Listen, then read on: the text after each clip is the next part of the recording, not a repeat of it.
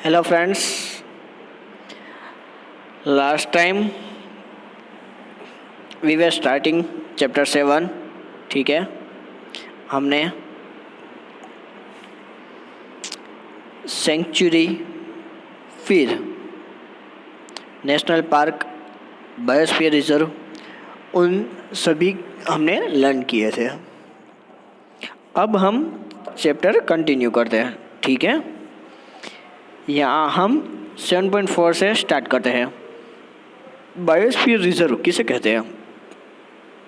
अब children professor Ahmad के साथ थे, तो माधव जी ने उन्हें एक्सप्लेन किया कि ये जो बायोस्फीयर रिजर्व है, ठीक है, वो कंजर्वेशन ऑफ बायोडाइवर्सिटी के लिए है, यानी उसको प्रोटेक्ट करने के लिए उनको बनाया गया है।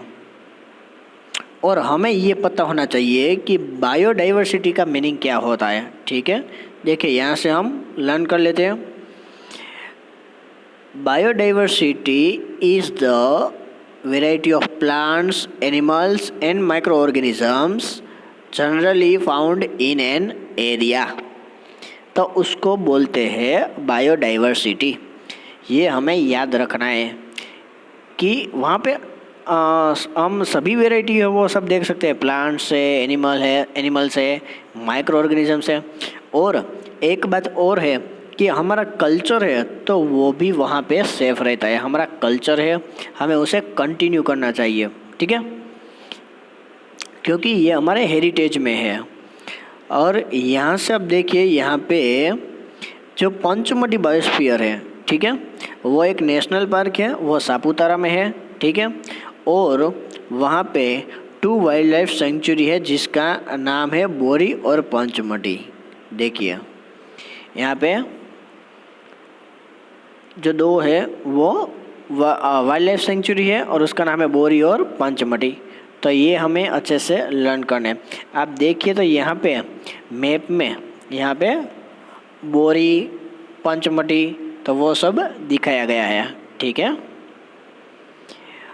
अब हम बढ़ते हैं आगे। हमें देखिए एक्टिविटी में कुछ नहीं, हमें सिर्फ और सिर्फ लिस्ट बनाना है। वो हमारे सिलेबस में कुछ इम्पोर्टेंट नहीं है। हम आगे बढ़ते हैं 7.5 से फ्लोरा एंड फोना। फ्लोरा मीन्स क्या कि जो वनस्पति है, ठीक है, जो प्लांट्स की जो आखी जो उसकी एक वर्ल्ड होती है, उसको बोलते हैं फ्लोरा, जिसमें सिर्फ और सिर्फ सब प्लांट्स होते हैं, यानी वनस्पति सृष्टि।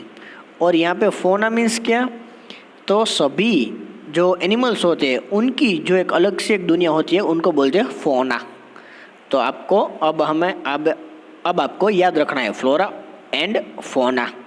ठीक है, अब यहाँ पे ये लोग जब घूम रहे थे, ठीक है, तभी क्या हुआ कि वो सब इसकी ग्रीनरी की काफ़ी कुछ उनका बहुत बढ़िया सा देखा, तो वो लोग उसको अप्रिशिएट कर रहे थे कि यहाँ पे तो कितनी हरियाली है। ठीक है, फिर अचानक क्या हुआ कि पहली ने देखा कि एक रैबिट है, वो उसे कैच करने के लिए उसके पीछे भाग रही है।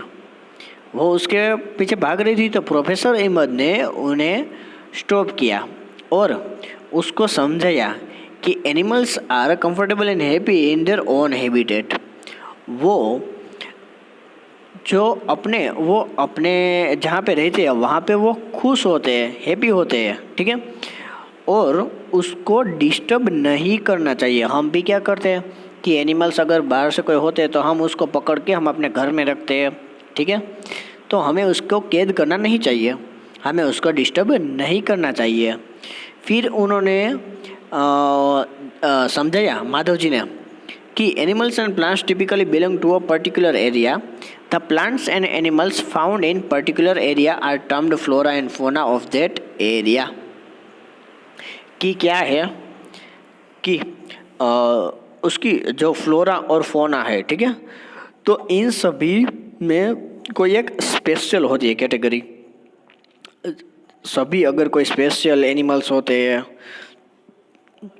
स्पेशल कोई प्लांट्स होते हैं, तो उसी जो एरिया है उसको बोलते हैं फ्लोरा और फोना, तो उसमें ये दिखाई देते हैं। ठीक है।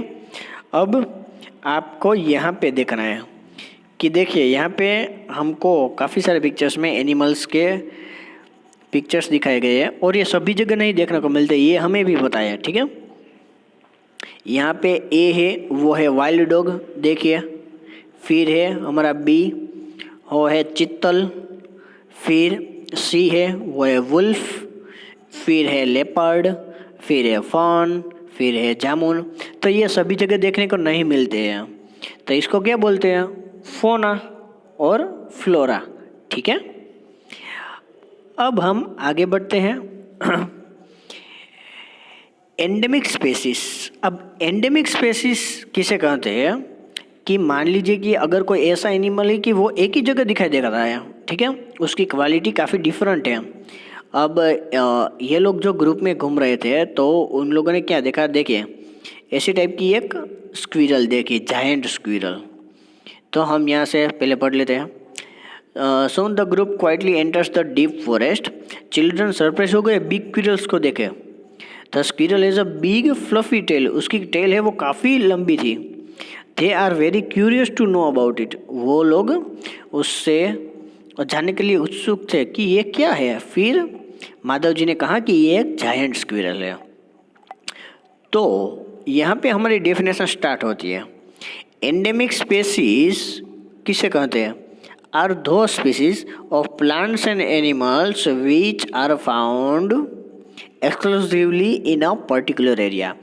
जो पर्टिकुलर एरिया में ही दिखाई देती है, सभी जगह एनिमल्स या प्लांट्स है वो सभी जगह नहीं दिखाई देता है, तो उसको बोलते हैं एंडेमिक स्पीसीज, ठीक है। अगर कोई हमें पूछे तो हमें ये कहना है एंडेमिक स्पीसीज किसे कहते हैं।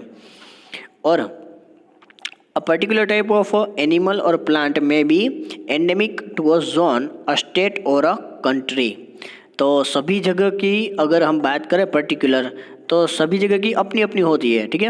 आप देख लीजिए कि कच्छ है तो कच्छ के साइड जो उसके उसमें वहाँ पे जो एनिमल्स होते हैं वो सभी जगह नहीं होते हैं। तो ये सभी जो कंट्री है उन सभी की अलग स्पेशल होती है, एक पर्टिकुलर टाइप होती है। फिर माधव जी ने दिखाया कि एक साल होता है, एक वाइल्ड मैंगो होता है, ठीक है। हमें फिगर में भी यहाँ पे दिखाया गया है। तो ये जो है वो पंचमटी बायोस्फीयर में वो स्पेशल है, ठीक है। फिर यहाँ पे बाइसन, ठीक है। और फिर है इंडियन जायंट स्क्विरल। तो ये सभी उन जहाँ वो जो एरिया है उनकी वहाँ पे स्पेशल ये वहाँ पे दिखाई देता है, ये सभी जगह दिखाई नहीं देते हैं। तो इसलिए हमें क्या करना चाहिए कि ये सब अब देखने को कम मिलते हैं। क्यों? क्योंकि पॉपुलेशन है वो काफ़ी इंक्रीज हो रही है और नई नई स्पीसीज है वो आ रही है। और फिर हमारी जो हैबिट होती है, नेचुरल हैबिट, ठीक है, वो भी हमारा एक खतरा है, एक हमारे लिए डेंजर जोन है। क्योंकि हम क्या करते हैं कि जब उनका वो जहाँ पे रहते हैं, अगर अगर वो हम छीन लेते हैं तो उसकी स्क्विरल होती है तो वो सभी धीमे धीमे वो गायब होने लगते हैं। तो हमें उन सभी को प्रोटेक्ट करना चाहिए, ठीक है। अब स्पीसीज मानी क्या? देखिए यहाँ पे हमें डेफिनेशन देखनी है स्पीसीज। तो ये एक ऐसा है कि ये कैपेबल होते हैं इंटरब्रीडिंग करने के लिए, ठीक है, दूसरों के साथ। मान लीजिए कि हमने मूवी में भी देखा होगा कि कहीं जगह पे क्या होती है कि पानी की अगर बाढ़ आती है तो कोई डैम होता है तो वो खुल जाता है, तो उसकी बहुत सारा उसमें पानी होता है। तो उससे जो लो एरिया होते हैं उसमें सभी में पानी है वो चला जाता है। तो क्या होता है कि एक ही जगह अगर रहते हैं तो वहाँ पे अगर बीच में पानी आ जाता है तो वो अलग अलग हो जाते हैं। फिर वो एक साइड से दूसरी साइड जाने के लिए वो कैपेबल नहीं होते हैं। तो वो क्या करते हैं कि जहाँ जिसके साथ रहते हैं उसके साथ ही इंटरब्रीडिंग कर देते हैं। और इंटरब्रीडिंग करने से क्या होता है कि कोई एक स्पीसीज है तो अदर स्पीसीज के साथ वो इंटरब्रीडिंग करते हैं, तो वहाँ पे उसकी जो क्या कहते हैं उसकी पॉपुलेशन है वो बढ़ाते हैं, ठीक है। मेंबर्स ऑफ अ स्पीसीज है वो कॉमन कैरेक्टरिस्टिक, वो अगर एक ही स्पीसीज है तो उसके जो कैरेक्टरिस्टिक है वो काफ़ी कॉमन होते हैं। ठीक है, अब यहाँ पे हम आगे देखते हैं वाइल्ड लाइफ सेंचुरी। अब वाइल्ड लाइफ सेंचुरी है वो क्या है? वाइल्ड लाइफ सेंचुरी में प्रोफेसर अहमद थे तो उन्होंने एक्सप्लेन किया माधव जी के पास से डिटेल लेके। तो माधव जी ने कहा कि sanctuary are places where killing और कैप्चरिंग और एनिमल्स इज स्ट्रिक्टली प्रोहिबिटेड। ठीक है, वहाँ पे हमें हंटिंग करना, शिकार करना उसके लिए स्ट्रिक्टली प्रोहिबिटेड होता है, वहाँ पे हम कुछ भी कर नहीं सकते हैं, तो उसको बोलते हैं वाइल्ड लाइफ सेंचुरी। और ऐसे बहुत सारे होते हैं कि जैसे कि मान लीजिए यहाँ पे बहुत सारे नेम है, ब्लैक बक है, फिर वाइट आइड बक है, एलिफेंट है, गोल्डन कैट है, पिंक हेडेड डक है, घारियल है, मार्स क्रोकोडाइल है, पिथॉन है, फिर यहाँ पे राइनोसोरस है। तो ये सभी आप नेट में देख लीजिए। ठीक है, इंटरनेट में इसके इमेज है वो आप सर्च करिए ताकि आपको पता चले कि ये कैसे कैसे दिखते हैं। ये हमें यहाँ पर नहीं देखने को मिलते हैं, लेकिन यहाँ पे it is a pity that even protected forest are not safe. लेकिन ये सभी सेफ नहीं है, क्योंकि क्या होता है कि हाँ, पॉपुलेशन जब बढ़ जाती है तो पीपल वहाँ पे रहने के लिए आते हैं और फिर ये उसको क्या करते हैं, डिस्ट्रॉय कर देते हैं। ठीक है, और उसका हंट करते हैं, शिकार कर लेते हैं। तो क्या करना चाहिए कि हमें उसको प्रोटेक्ट करना चाहिए। फिर ये चिल्ड्रन और जो वो सब थे वो उन लोगों ने जू की मदद की थी, जू की विजिट की थी कि जहाँ एनिमल को प्रोटेक्ट किया जाता है। यहाँ पे हम देखिए, यहाँ पे देखते हैं नेशनल पार्क में देखते हैं इन लोगों ने सातपुड़ा नेशनल पार्क की विजिट की थी।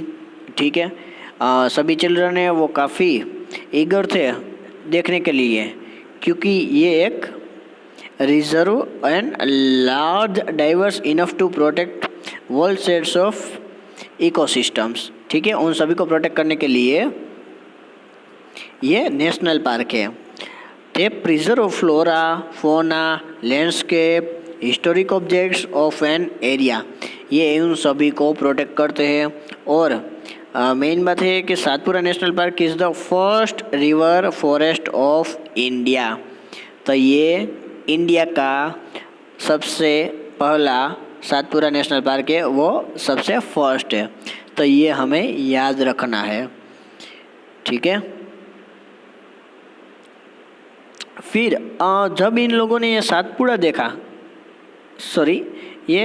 नेशनल पार्क देखा, तो उन लोगों ने वहाँ पे एक रॉक शेल्टर, वहाँ पे बहुत सारे रॉक शेल्टर थे, एक गुफा थी। तो उसमें उन्होंने क्या क्या देखा कि जो भी कोई हिस्टोरिक चीज़ होती है ह्यूमन लाइफ की, जंगल्स की, तो वहाँ पे उन्हें देखने से हमें आइडिया आता है कि लोग पहले से वो क्या क्या करते थे। और फिर उन लोगों ने जब देखा, यहाँ पे मैं आपको बताता हूँ कि रॉक पेंटिंग्स मिली, खास तो ये स्पेशल है। ठीक है, यहाँ पे रॉक पेंटिंग्स मिली और फिर जो रॉक शेल्टर थे वो 55 जितने तो हमने ढूंढ लिए हैं, हमने आइडेंटिफाई कर लिए हैं। और फिर उसमें डिफरेंट टाइप्स के एनिमल्स एंड मैन फाइटिंग उसकी फिगर थी, हंटिंग की फिगर थी, डांसिंग की फिगर थी, प्लेइंग म्यूजिकल इंस्ट्रूमेंटल की उसकी भी पेंटिंग थी। तो इन सभी पेंटिंग्स वहाँ पे देखने को मिले। और फिर यहाँ पे अब हमें जानना है प्रोजेक्ट टाइगर के बारे में। ठीक है, अब प्रोजेक्ट टाइगर का मेन पर्पस क्या है कि टाइगर की पॉपुलेशन को हमें कंट्रोल में रखना है। ठीक है, क्योंकि टाइगर भी क्या है कि सब कम होते जा रहे हैं, तो उसकी पॉपुलेशन है वो हमें कंट्रोल में करने के लिए एक प्रोजेक्ट अप्लाई किया है गवर्नमेंट ने, उसका नाम है प्रोजेक्ट टाइगर।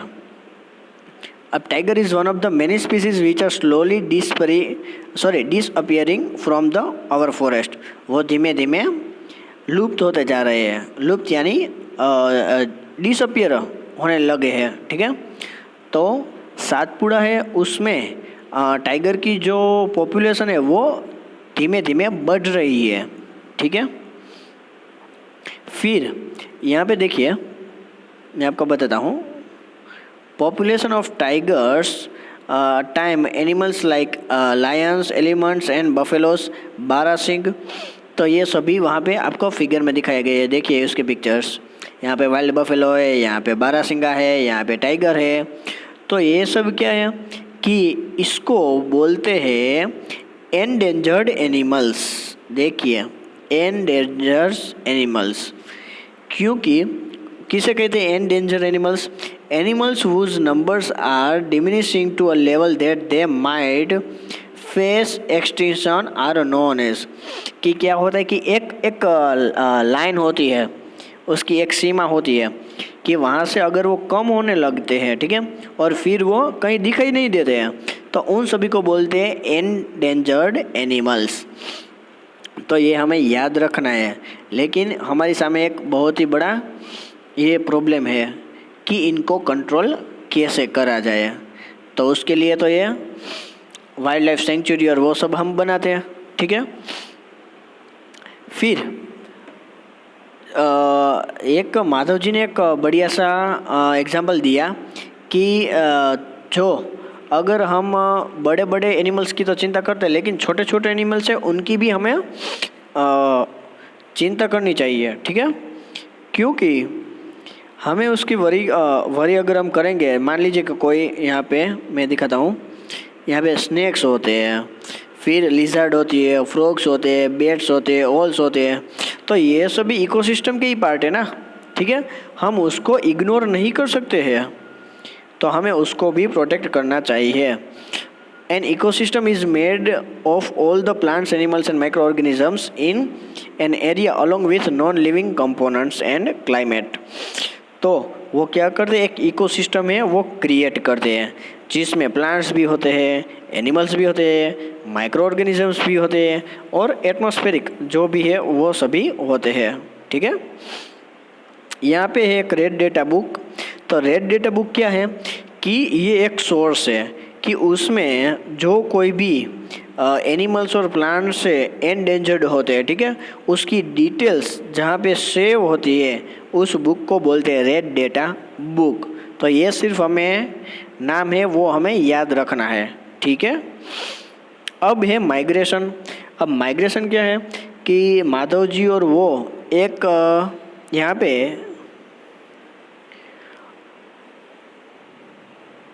पे देखिए, जो तवा नाम का एक रिजर्वोयर था, ठीक है, वहाँ पे ये लोग गए थे। तो माधव जी ने कहा कि बर्ड्स होते वो क्या करते हैं, वो एक जगह से दूसरी जगह वो माइग्रेट हो जाते हैं, ठीक है, एक जगह से दूसरी जगह वो फ्लाई करते हैं। फिर क्या होता है कि वो बहुत ही दूर दूर से आते हैं और वो अपने जो एग है, ठीक है, वो एटमॉस्फेयर के हिसाब से वेदर वो चेक करते हैं। फिर natural habits becomes very cold and inhospitable. Birds वो cover long distance to reach another land are known the migratory birds as पहली, कि वो अपनी एक लंबी टूर लेके एक जगह से दूसरे जगह वो फ्लाई करते हैं, ठीक है। तो ऐसे बर्ड्स होते हैं कि उनको टेम्परेचर भी, उसका जो एटमॉस्फेयर होता है, वेदर होता है, उनके साथ वो सूटेबल नहीं होते। तो ये लोग क्या करते हैं कि बड़ी सी एक लॉन्ग टूर करते हैं और फिर इसको जो माइग्रेटरी बर्ड्स है तो इसको हम बोलते हैं माइग्रेशन, ठीक है। फिर है यहाँ पे रिसाइकलिंग ऑफ पेपर। देखिए यहाँ से मोस्ट इम्पोर्टेंट है वो मैं डायरेक्टली आपको कह देता हूँ कि यहाँ पे 17 full grown trees to make 1 ton of paper. अगर हमें एक 1 टन, ठीक है, 1 टन हमें पेपर अगर चाहिए तो हम 70 ट्रीज को हमें काटना पड़ेगा, और एक मोस्ट इम्पोर्टेंट है कि हम एक ही पेपर को हम खुद 5 से 7 टाइम तक हम रिसाइकल कर सकते हैं, उसका यूज़ कर सकते हैं। यानी हम जो हमारे पास पेपर है, अगर हम भी एक बचाए तो हम उसको 5 से 7 टाइम्स तक हम उसको यूज़ कर सकते हैं। इसलिए हमें क्या करना चाहिए कि ट्रीज़ को बचाना चाहिए, पेपर को रिसाइकल करना चाहिए, ठीक है। फिर उसके एनर्जी भी सेव होगी, वाटर का भी हम उसको सेव कर सकते हैं। तो जो हार्मफुल केमिकल्स है उससे भी अगर हम पेपर फैक्ट्री में क्या होता है कि केमिकल्स भी यूज़ होता है, तो वो सभी में रिड्यूस हो जाएगा। तो बहुत सारे बेनिफिट्स है रिसाइकलिंग ऑफ पेपर के। एंड द लास्ट वन है रिफॉरेस्टेशन। तो रिफॉरेस्टेशन में क्या है कि उसका एक ही है, अगर कहीं पे भी हमें अगर मौका मिले तो हमें रिफॉरेस्टेशन करना चाहिए। हमें अपनी तरफ से एक प्लांट है वो ग्रो करना चाहिए, ठीक है। और जहाँ पे ट्रीज को कट करते हैं वहीं से हमें वहाँ पे भी ट्री हमें ग्रो करना चाहिए, उसको वहाँ पे रख के वहाँ पे उसको बड़ा करना चाहिए, ठीक है। तो ये इतना ही है रिफॉरेस्टेशन में। बाकी सब कुछ स्टोरी है वो कुछ हमें ज़्यादा कुछ काम की नहीं है, क्योंकि जो मेन है वो रिफॉरेस्टेशन है। और हमें सभी जगह नेचर को डिस्टर्ब करके बिना हमें रिफॉरेस्टेशन करना चाहिए, क्योंकि हमारी जो आने वाले जो नए जो पीपल है तो उनको काफ़ी इससे फ़ायदा होगा और उनको भी इसका महत्व है वो दिखाई देगा, ठीक है। तो यहाँ पे ये चैप्टर है वो ओवर होता है। मैंने ये चैप्टर यहाँ पे कंप्लीट कर दिया है। नेक्स्ट टाइम हम चैप्टर 8 है वो लर्न करेंगे, ठीक है। Thank you.